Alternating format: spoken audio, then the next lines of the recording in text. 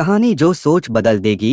एक राजा ने अपने सैनिकों को सड़क के बीच में एक बड़ी चट्टान रखने के लिए कहा। चट्टान को बीच सड़क में रखवाकर राजा ने अपने सैनिकों से छुपकर उस चट्टान पर नजर रखने के लिए कहा कि देखना उस चट्टान को रास्ते से कौन हटाता है।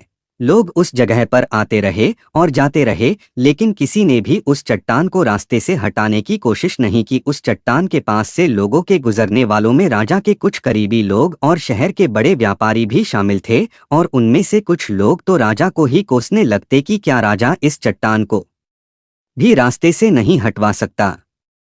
लेकिन किसी ने भी उस चट्टान को रास्ते से हटाने का प्रयास नहीं किया। ऐसा काफी दिनों तक चलता रहा। एक दिन एक किसान अपनी सब्जियों के साथ उधर से गुजर रहा था। उसने चट्टान को रास्ते में पड़े देखा और सोचा कि सबको इस चट्टान की वजह से कितनी तकलीफ हो रही है। उसने अपनी मजबूत लाठी से उस चट्टान को एक तरफ धकेलने की कोशिश शुरू कर दी।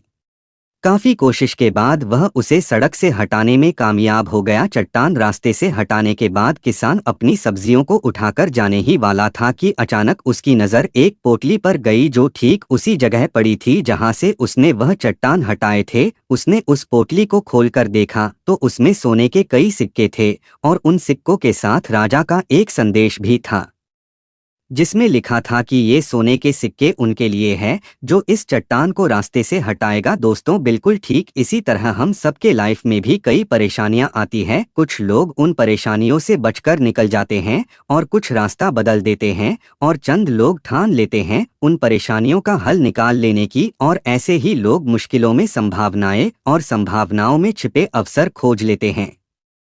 मजबूत इरादे और नेक दिल के साथ किए गए कोशिशों के परिणाम हमेशा ही अच्छे आते हैं। इसीलिए जीवन के परेशानियों से घबराओ मत, बल्कि उन परेशानियों को हल करने की कोशिश करते हुए जीवन सफर में आगे बढ़ते रहो।